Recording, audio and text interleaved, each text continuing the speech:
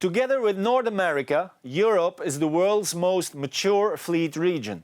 European fleet managers are looking to combine cost efficiency with CO2 reduction, fleet electrification and new mobility solutions.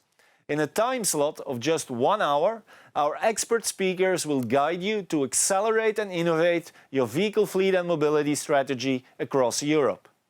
These experts are Almi Magalhaes, Senior Manager Procurement, Indirects and Services, Europe; Guillaume Pin, Senior Procurement Representative, Fleet Travel Logistics, Europe. Both are from Ecolab; Wojciech Regucki, EMEA Fleet Manager at AbbVie; David Weeks, Regional Fleet Manager, Europe at Mondelez International; Gavin Eagle, Managing Director at LeasePlan International; Helder Costa, CEO at Orbcom.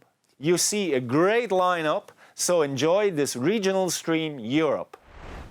Welcome Almi Magalhaes, Senior Manager Procurement, Indirects and Services, Europe, and Guillaume Pin, Senior Procurement Representative, Fleet Travel Logistics, Europe, both from Ecolab. I believe you have a message to share with us from Barcelona. Hello everyone, I am Almi Magalhaes, European Procurement Manager for Corporate Business Services at Ecolab, based in Barcelona.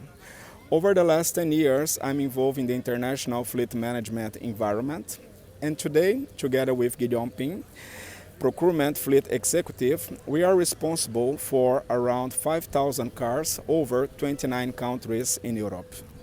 Hello everyone, today one of our main projects around the fleet category is the electrification.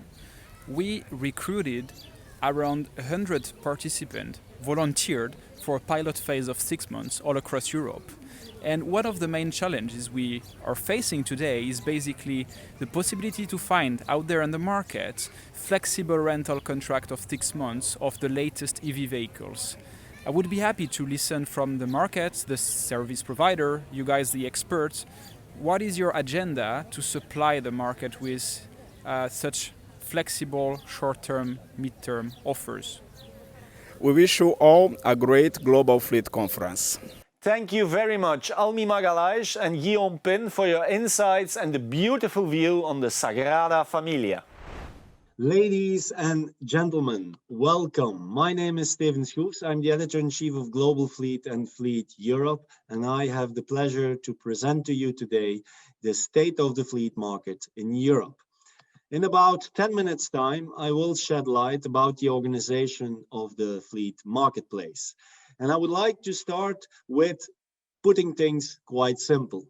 The evolution of the European fleet market can be reduced to two key drivers: the search for efficiencies and cost savings on the one hand, and the impact of the continuously changing taxation and regulation schemes on an EU level, but also on a country level and even on a city level.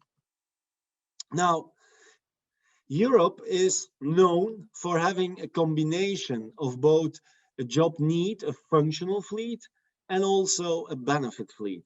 And the latter makes Europe quite a unique region, for sure, compared to North America.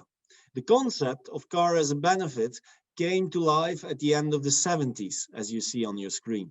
First in the UK and driven by taxation.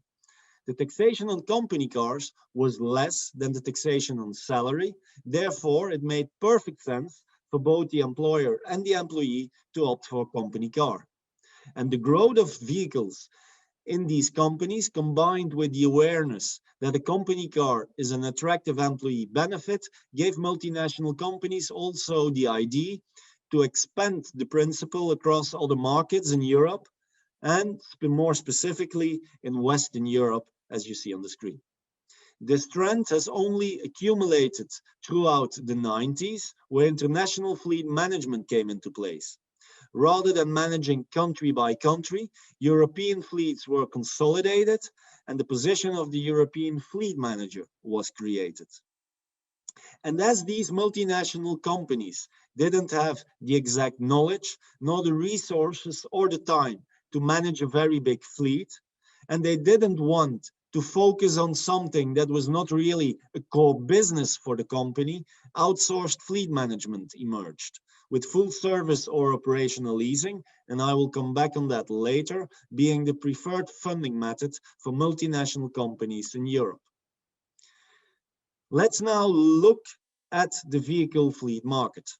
Today, the vehicle fleet market in Europe counts almost 4.7 million passenger cars and light commercial vehicles, which is roughly 27.5% of total sales in 2020. Of course, 2020 was a very particular year also in Europe, and that is reflected in a serious drop in sales. Nonetheless, the vehicle fleet market in Europe has always been growing steadily, and today it has quite a stable and important size.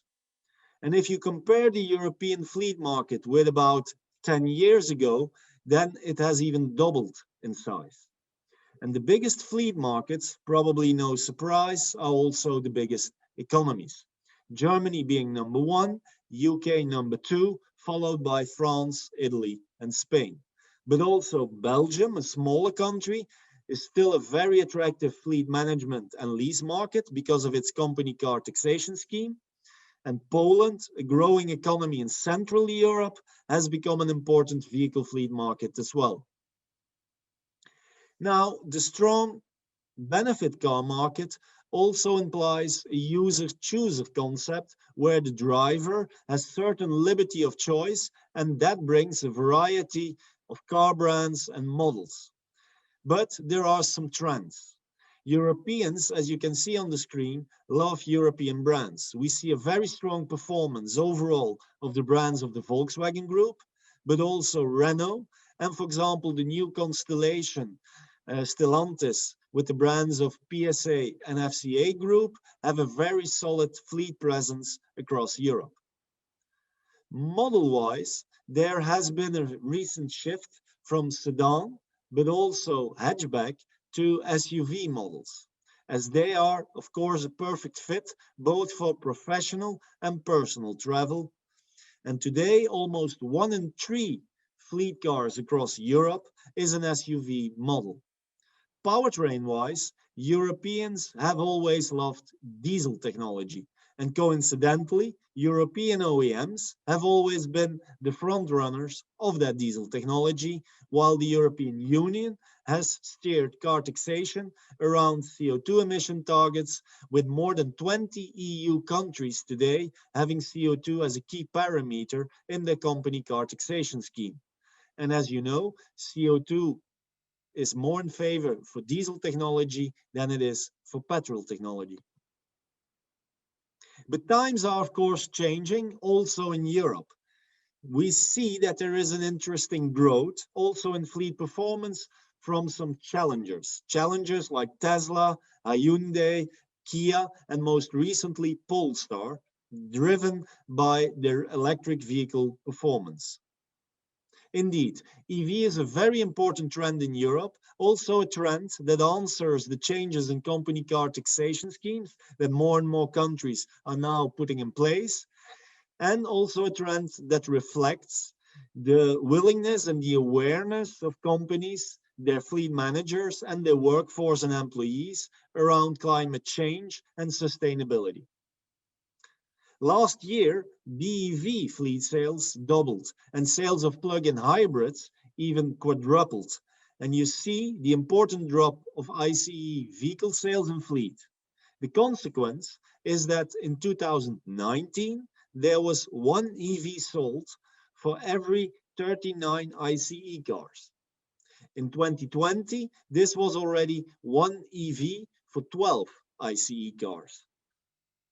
Did you know that last year, more than 70% of new car sales in Norway, for example, was emission-friendly and electrified?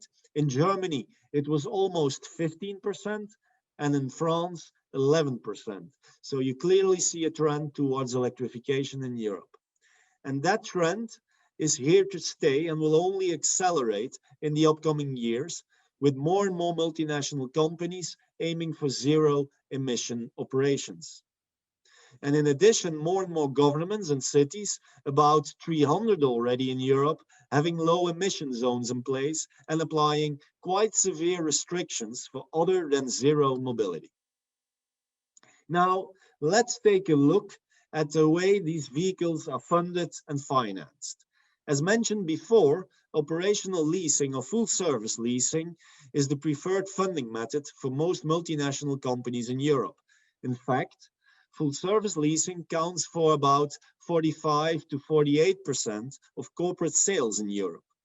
The biggest leasing companies are also the ones that are the most internationally organized. There are three really big ones: multi-brand leasing companies, LeasePlan, ALD Automotive, and Arval. Each of them have well over 1 million vehicles across Europe. Followed by two strong multi-brand lease companies that are owned by a car manufacturer, which is interesting. We have Alphabet, that is owned by the BMW Group, and there is Athlon, owned by Daimler. And also Volkswagen Financial Services, the financial arm of the Volkswagen Group, is now expanding its multi-brand offering, which is interesting to follow. To end, we would like to mention some interesting leasing companies that are a bit smaller, but that are expanding quite fast across Europe. For example, Hitachi Mobility Solutions and Leases, the captive of FCA Group. These international lease players dominate the fleet market in Europe, leaving little opportunity for local heroes to enter the international market. Apart from exceptions in the UK, where the biggest leasing company is Lex Autolease, and also in some countries closer to Eastern Europe, like, for example, Russia and Turkey. Finally, let me underline three important trends for the European fleet marketplace. And the first one is smart mobility, or the transformation from fleet to mobility.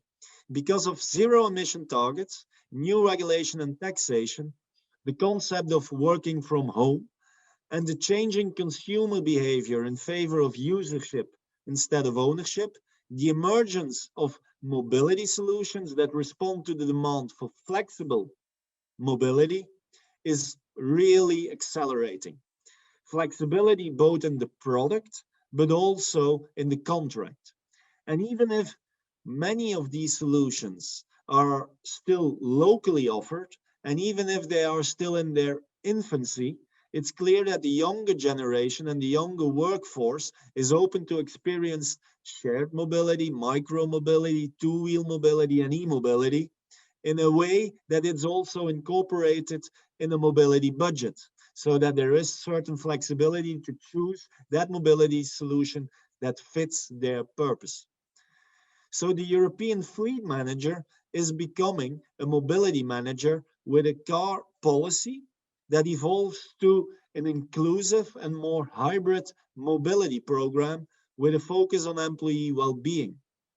And also there is now a change, because it's not only fleet and procurement that has the decision taking. We now also see that departments like HR, travel, facility management, and even finance will play a more important role.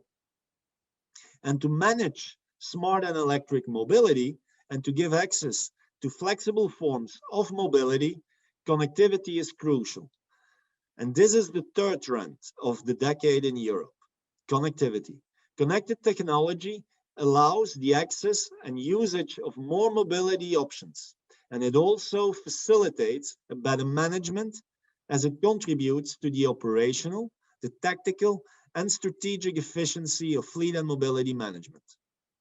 It is clear that partnerships of traditional suppliers like OEMs, leasing and rental companies, with technology companies and startups is the go-to model for smart mobility expansion.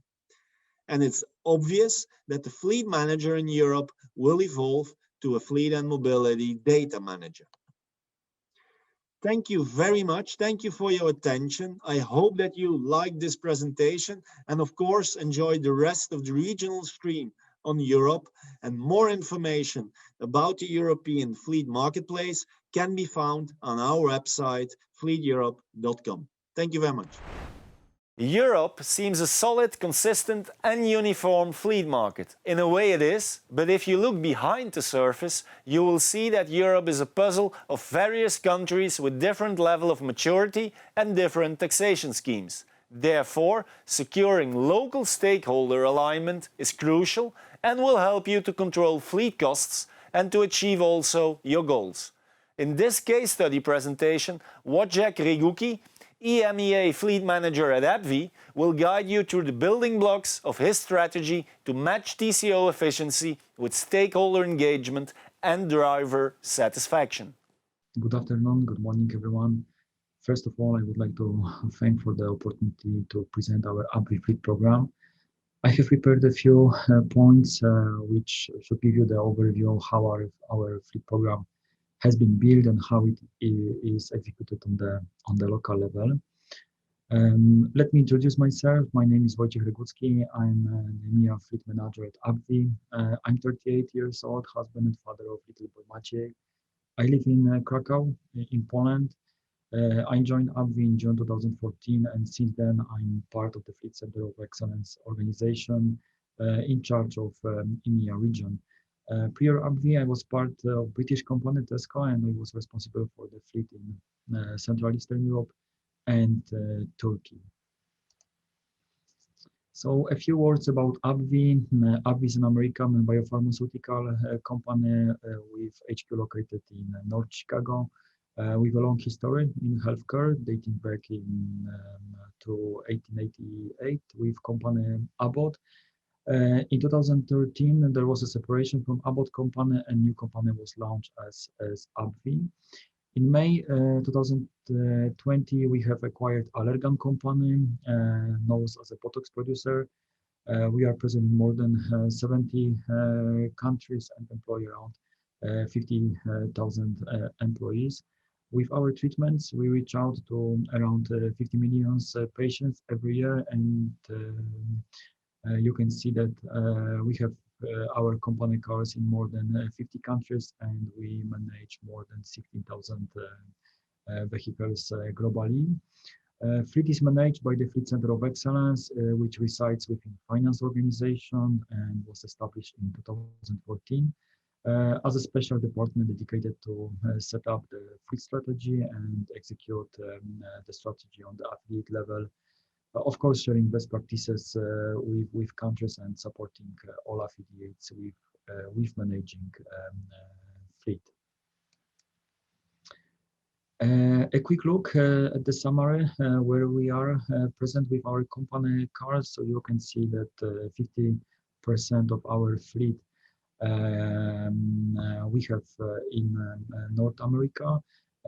We have around 5,000 vehicles in my region, so it's Western Europe and EMEA. We also have a fleet at Asia Pacific region and also in LATAM region. Let's start from the most important days for our Emea AbbVie fleet. So we have started in July 2014 when the Fleet Center of Excellence has been established. A few months later, in October 2014, we had a meeting in our HQ with Western Europe and Eastern Europe, Middle East and Africa management to present our Emea fleet strategy, which had been approved and communicated to all Emea affiliates by area finance and area HR directors. And this is the example of great top-down approach, which was crucial to execute our strategy on the local level. Based on our experience, I have to say that this kind of sponsorship is needed to successfully implement the strategy in the countries. In July 2015, we finished our works on the global fleet policy. We have decided to attach to the global policy the local car procedure, the special template, as an appendix to the fleet policy. All of the affiliates had to use this template to create their own local car procedure, of course, adjusted to the market practice, regulations, taxations, rules. This move allowed us to provide a consistent approach for all of the affiliates and also execute our strategy In all car procedures, we have the same sections and also appendixes like list of selected vehicles, like list of eligibility, list of what kind of positions are eligible for a company car benefits. All of the procedures needs to be approved annually on the area level. In the Q3 2016, we launched a European RFQ for fleet management companies, leasing companies, and car manufacturers to consolidate the suppliers. We moved from around 25 different brands to 4 alliances and from 8 leasing companies to 5. After 2 years, in October 2018, together with the Bain consultants, we decided to raise 3 initiatives for the Emea fleet. So the first was checking whether our eligibility is in line with the market practice. The second, the level of vehicles. We have decided to benchmark our level of models versus the market practice. And the last one, review all the additional operational costs like car washes, private usage of the company cars, fuel costs, personal use fee, abnormal usage of cars. And in May 2020, the last date after the Allergan acquisitions, we reviewed our Emea fleet strategy and further consolidate the leasing companies from 5 to 3. And we have implemented 1 additional OEMs. The new commercial conditions had been approved on the global level and executed in all the local master service agreements. So let's take a look at the AbbVie Emea fleet strategy and our main pillars. So our Emea fleet strategy is mainly based on the operational lease scenario with 3 global players. For the affiliates with more than 100 vehicles, we have implemented multi-bidding solutions. The lease versus buy analysis needs to be conducted every years. We have also international agreements with the preferred car manufacturers, which covers all our needs in the regions. Of course, in terms of the market practice and employees' expectations. Our strategy is also based on the 2 very important pillars. One is a collaborative environment for making fleet decisions. Second one is working very closely with the local fleet champions, so local fleet managers or fleet specialists. For them, we have decided to organize a special workshop to show the best practices and increase the fleet knowledge. We have also implemented the annual fleet awards to recognize the individuals. We have also quarterly fleet newsletter and fleet website. The last 2 pillars are sustainability and safety. Of course, Emea strategy supports AbbVie commitment to reduce the CO2 emissions and also increasing the driver safety based on the minimal safety requirements and special safety program. The last pillar is still under developing, is our AbbVie global fleet reporting tool. And hopefully by the end of the next year, we will be able to use this tool for increasing effectiveness of our fleet management.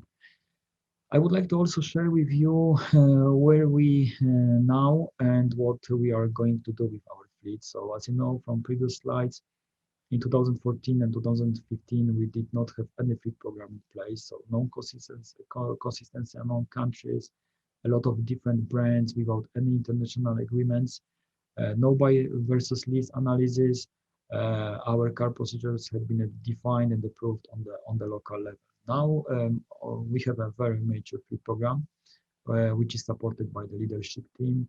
We have absolutely great consistency among all the affiliates, and of course we can count on our partners, leasing companies and car manufacturers for, of course, their expertise and recommendations.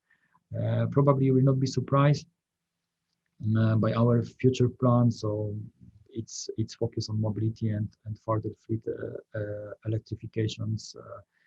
This is our plan for next 3-4 years.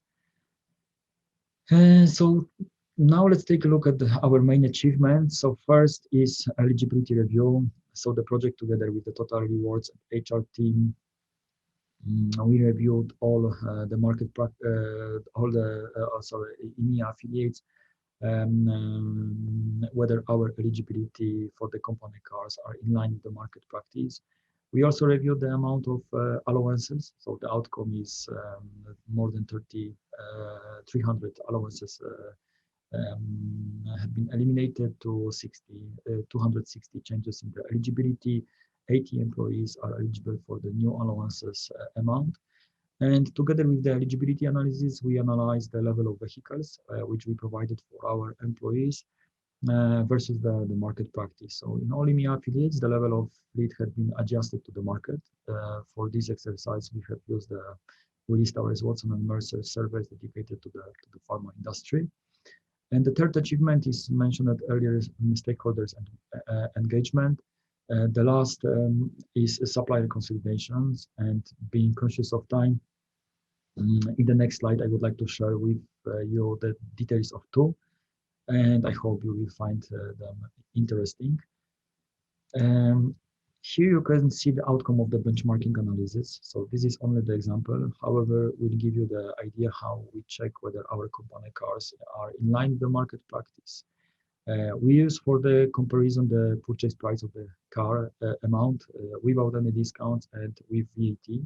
This amount you can find in the benchmarking analysis provided in our case for the pharma industry. So all the surveys participants answer for the question, what is the maximum purchase price of the car which company provide for the certain positions or grade or group or positions like medical representatives or executive team.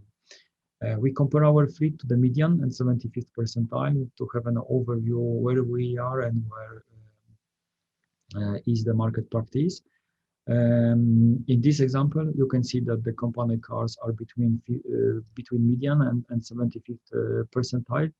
And this kind of analysis we have prepared for almost all Emea affiliates, and for the 2020 and 2021 car procedures, we proposed models which are 100% in line with the market practice. This project is a great example of one of the AbbVie leadership attributes, which is all for one AbbVie. So this is a great example of the cross-functional team, colleagues from finance, procurement, but also from HR and total rewards team had been involved to this project. And the second mentioned achievement is the supplier consolidation. In 2014, we had more than 25 brands, almost 10 leasing companies during 6 years. We had 2 regional RFPs based on which we consolidated our number of suppliers to finally 3 global leasing players and 5 OEMs. We have tier 1 and tier 2 approach. So for FMCs, we allowed affiliates to work with non-preferred suppliers only in the scenario where none of our preferred suppliers is present in the market. For OEMs, we have 5 preferred suppliers. However, 3 of them should be selected as the first choice. Each affiliate can select maximum 1 tier 2 in addition to tier 1 only when coverage or service network of tier 1 suppliers are not sufficient, or in case they represent lower TCO. And the suppliers consolidations allowed us not only to increase the discounts and bonuses, which you can see on the screen, the forecast of the bonuses, but also to increase our operational efficiency. And finally, I would like to share with you a few advices for the regional fleet strategy implementations. First of all, the right project team should be set up. Colleagues from HR, finance, total rewards, EHS, procurement should be part of the task force. This group needs to be supported by the leadership team for sure, who should be sponsor of this project. Global fleet strategy should be adjusted to the regional rules. Of course, local taxation legislation and market practice, and especially for the employees' needs. The strategy should be communicated by the sponsor of this project. The top-down communication is crucial to avoid future misunderstanding or confusions. Last but not least is building the long-term partnership with suppliers. Make sure that you will build the relationship with the suppliers based on the honest and transparency. They are your support, they are your advisor. Do not afraid to ask for their support with the implementation process. And that's all what I have prepared for today's presentation. I hope you will find some useful information for your fleet. Once again, I would like to thank Nexus Company for the invitation. Of course, stay safe, and hopefully we will have a chance to meet in person soon. Thank you, Wojciech Riguki from AbbVie, for the very interesting presentation and for your concrete tips to implement a strategy across Europe. Ladies and gentlemen, welcome to our expert panel discussion, Unlocking Fleet Electrification Opportunities Across Europe. Together with North America, Europe is the world's most mature fleet region, although the variety of countries across the continent also implies variations in maturity. Today, European fleet managers are looking to combine cost efficiency with CO2 reduction, fleet electrification, and where possible, new and smart mobility solutions. To know if all that is possible, we have invited 3 experts. Ladies and gentlemen, may I invite David Weeks. He is from Mondelez International. David, hello, good afternoon. Good afternoon, Stephen. How are you? I'm doing fine. I hope you as well. The second expert is Gavin Eagle. Gavin Eagle is Managing Director of LeasePlan International. Gavin, welcome. Good afternoon, Stephen, and good afternoon to everyone listening today. And our third expert is Helder Costa. He is the CEO at Orbcom. Helder, also to you, welcome in this panel. Good afternoon, Stephen. Good afternoon to everyone. Gentlemen, I would like to start with a simple question round. Can you briefly explain your business, your company, and how important you are in Europe? I would like to start with David of Mondelez. Yep. So Mondelez is one of the world's biggest snacking companies. We've got hundreds of famous brands. You'll have heard of Oreo, Cadbury, Toblerone, Milka, I hope. So we are in the top position in our categories across most European markets, and we operate, a big manufacturing, sales, marketing business across our region. How many vehicles do you manage in Europe? It's around 5,000 vehicles in Europe. Okay, perfect. Helder, also the same question to you. Can you tell us a little bit more about Orbcom? No problem. Orbcom, we're a company in ICT technologies. Here, speaking of this, we've developed the fleet management solution, which we target for companies that need fleet management or for companies that provide those services to third companies. Thank you. And Gavin, just in some sentences, what is LeasePlan about? Yes, LeasePlan is a car as a service provider. We're a global provider. Currently, our geographic coverage is 32 countries, and we manage around 1.9 million vehicles. Okay. Gavin, I would like to continue with you. I already mentioned in my introduction that Europe is quite a mature fleet region, but is it also an easy one to get control over as a global fleet manager?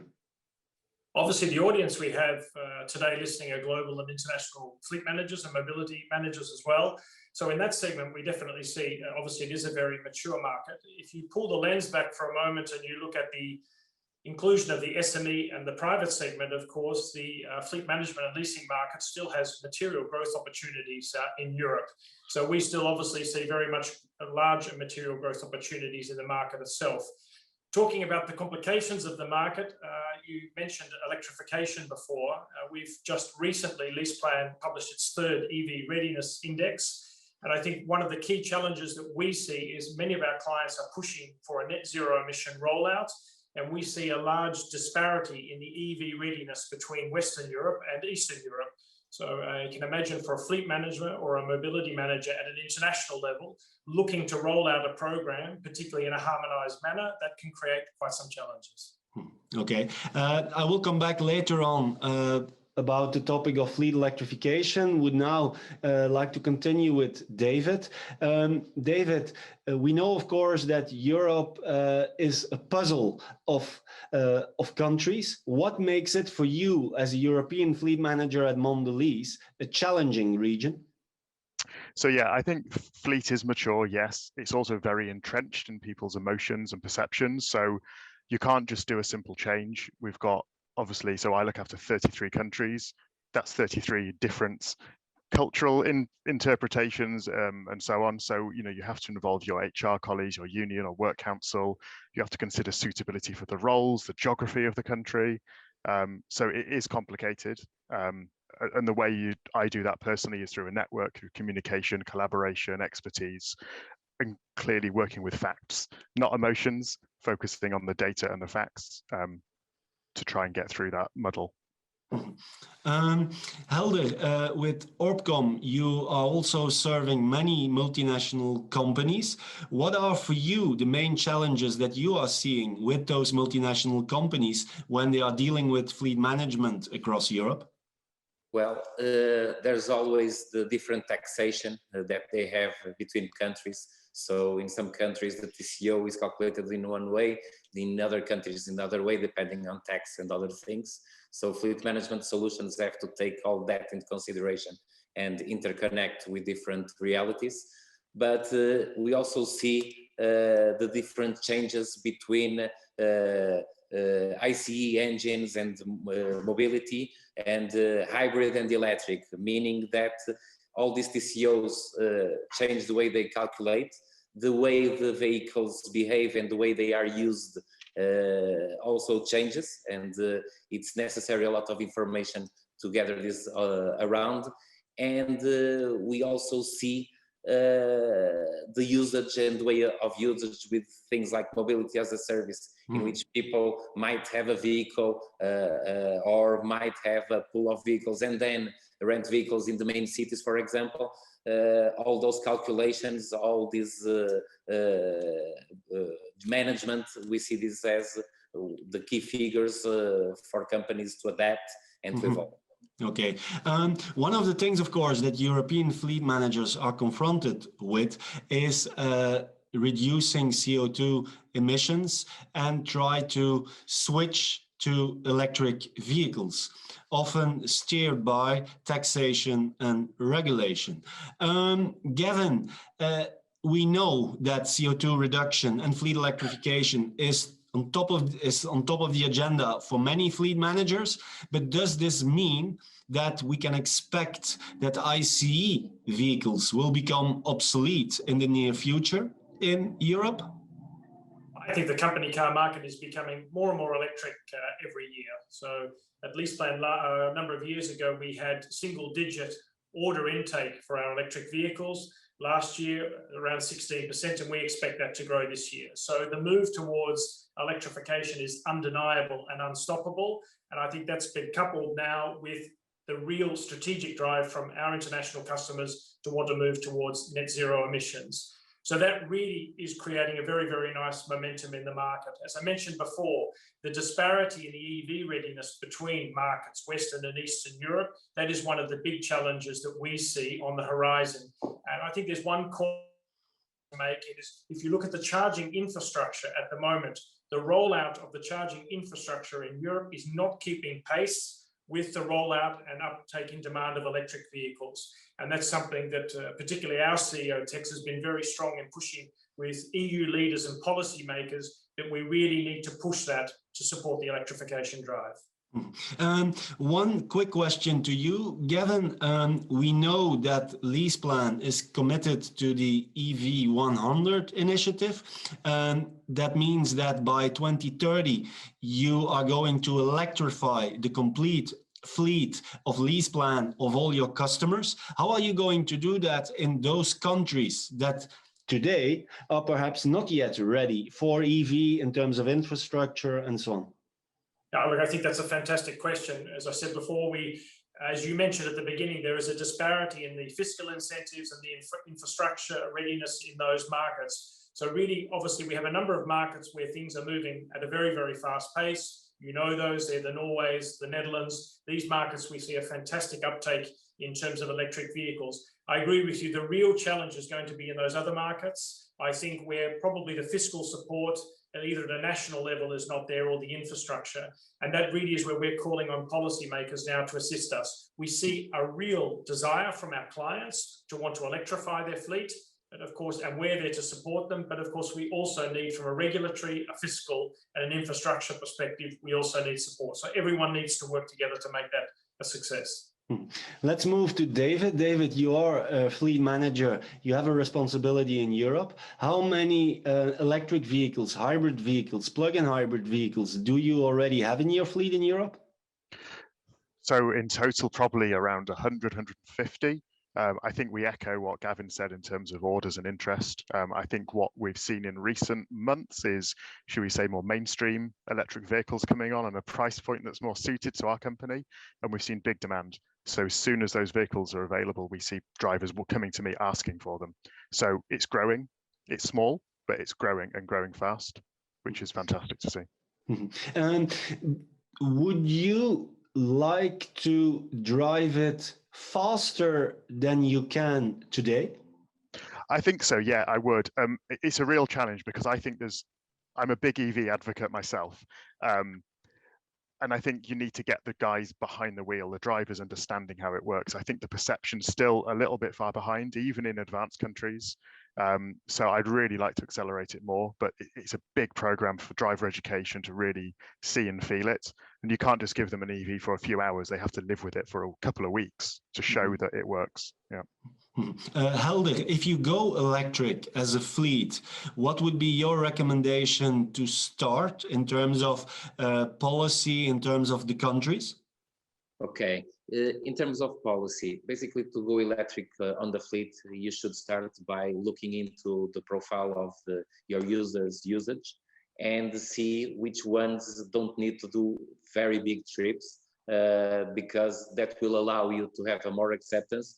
That will allow you to have users being able to charge at home and use the car on a daily basis without the need of taking time to charge in public charging. But honestly, after that, you can try to look for hybrid model cars to push for longer trips. Basically, the more longer you go, the more hybrid you go. It's a way of cost saving in time. It's a way of cost saving also in expenses of diesel, petrol, etc.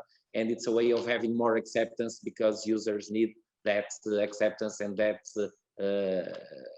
profitability to make it go. Okay. Gavin, in terms of countries, you already mentioned that there is some kind of diversity in the EV readiness of those countries. We know, of course, that countries like Norway, the Netherlands, that they are really at the forefront of fleet electrification. For the other countries, are there also countries where you say, well, probably that is not yet a country where you can start with EV in Europe? Well, in the EV Readiness Index that we published earlier this year, you could see the ranking of all of the countries. So what we look at is a number of component parts to calculate that readiness. And what you do tend to see is a prominence of the East European countries at the bottom of the table. That's focused around not many fiscal incentives that are in place at this stage, quite poor infrastructure. So there's some of the factors that really impact what we believe is the necessary ingredients to be ready for EV adoption in a market.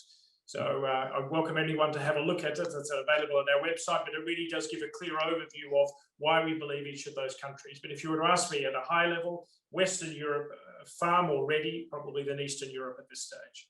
Okay. David, what is for you the main challenge in going to EVs? Is it really the offer, the supply?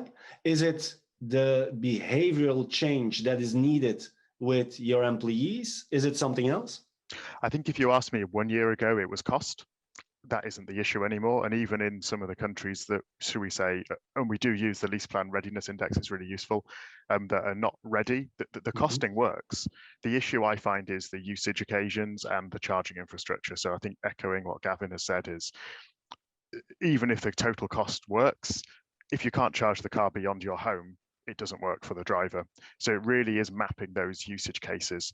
And I think in those countries, we see the only drivers who would take EV are the early adopters in our industry, at least, or the people we've seen who are in cash allowance, who actually say, oh, no benefit tax, for example, and want to move back to a car. It's really difficult to move the, should we say, the tool cars. And I think that is the ultimate, is how do you get the people understanding that 500-kilometer trips are possible. And that is a challenge, because when we've demoed it, it doesn't work. Chargers are down, too many cards needed. There isn't a charger where their customer is. So there's lots of things, but my personal view is it's around charging and integration of that charging at the moment. Yeah. Okay. Helder, how will connectivity play a role in fleet electrification, you think? Well, connectivity is very important. For example, nowadays, there's a problem across Europe that there's several suppliers, for example, for charging, and the interconnectivity of all of them is something necessary, because you want to go from one place to the other, passing through borders and through countries, and you want to charge without having a problem, or without wondering if you will be able to do so or not. There's different players around. They're interconnecting each day more and more, but I think there's still a way to go. On interconnectivity, there's also other things that I think will be important. We've seen cars each time more and more, all the car suppliers doing updates on the air, giving a lot of information, giving me information, for example, on maintenance of the cars, on sensors they have. So all this interconnectivity with this existing solutions will lead to cost reduction, in which you basically can say whatever will happen, you can predict, you can basically take measures before they happen. Interconnectivity and telematics is something that will keep pushing and will keep getting more and more important. Okay. Gavin, Europe is also known as a benefit car market.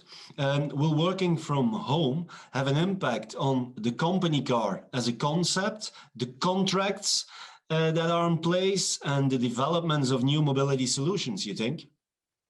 Well, Stephen, you're looking into my house at the moment, so that's evidence of the change in the way that we work, of course. And I think that no one really clearly knows exactly what the future of work will be, but it will definitely change. The office setup, our relationship with the office, and of course the mobility that's connected to that.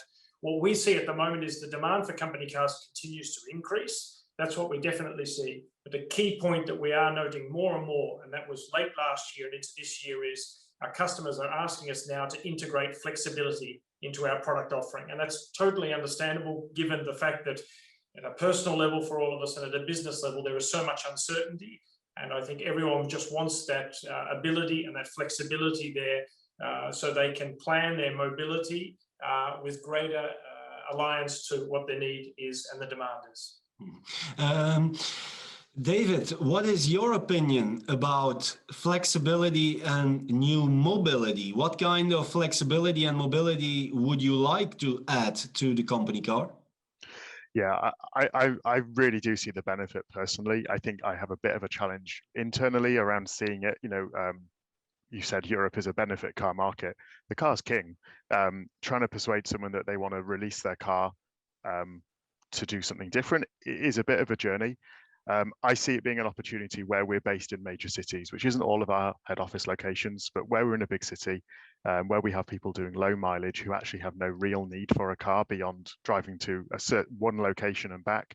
It's a huge benefit, I think. So from point to point, it's fantastic. What that needs to be is, and we're starting to see it fully integrated, you know, and the driver's in full control, so they can guarantee X and Y and Z are all in the line and it will work.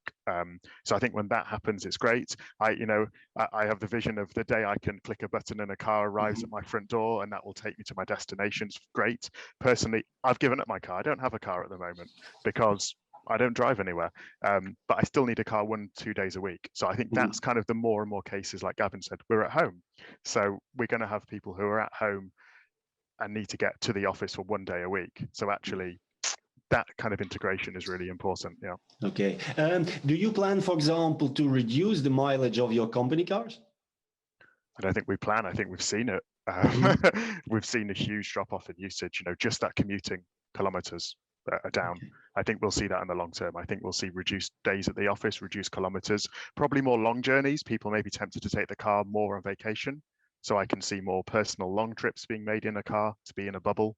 But I can see mileage already being lower and continuing lower. Okay. Final question for the three of you. Very short answers, please. If there is one tip that you would like to give to a fleet manager that gets control over Europe, what is it? We start with Gavin. Well, I think that if you look at Europe, obviously, as you mentioned at the beginning, it is a very, very diverse tapestry. But I would probably, and so that creates its challenges. But I think I would go back to the point that David mentioned at the opening, and that is that you really need to get the buy-in of all of your stakeholders if you really want to, define and obviously then execute a fleet and mobility strategy in Europe. If you get that buy-in, then I think you're 50% of the way there. Okay. Helder, also for you? For fleet managers and for companies, think of mobility as a changing thing nowadays. Think everything will change. Think you need to have solutions where you can have all this integrated, where you can have cars, where you can have car sharing, where you can have mobility as a service with cars being in the biggest cities publicly to rent. Think you have to have the total cost of mobility instead of just total cost of ownership. Think you have to manage all that and have all that information. Think that besides a good partner in leasing, renting, you will need also partners for getting all this information, getting it all integrated and getting it managed. Perfect. And finally, David, what would be your main tip for your peers that are getting control over Europe? So I think once you've got that buy-in, I think is have a clear agenda, be fixed and rigid in some areas and very flexible in the others. So one size can fit all, but equally one size doesn't. But know what's important, have the red lines, but then also be flexible on what kind of is less different or what is locally specific. Gentlemen, thank you very much. Thank you for the panel discussion. I would like to thank Gavin Eagle of LeasePlan, David Weeks of Mondelez International, and Helder Costa of Orbcom. And I hope to see you soon. Bye-bye. Ladies and gentlemen, this concludes the regional stream about Europe. We hope you liked it. And if you want to know more about this region, there are 4 extra videos to discover in the on-demand section. A regional deep dive with a focus on electrification and efficiency, developed by Sjoerd Brenters from LeasePlan. A country deep dive presentation about Russia with Sergei Solomatin from MC Intermark Auto. Don't wait to watch them. A second country deep dive about the United Kingdom, the second largest fleet market in Europe, by the way, by Sue Branston and Madeleine Webster from Fleet Logistics. And finally, a country deep dive about the Turkish market with the emergence of car sharing from Emre Ayıldız of Garanta. Enjoy!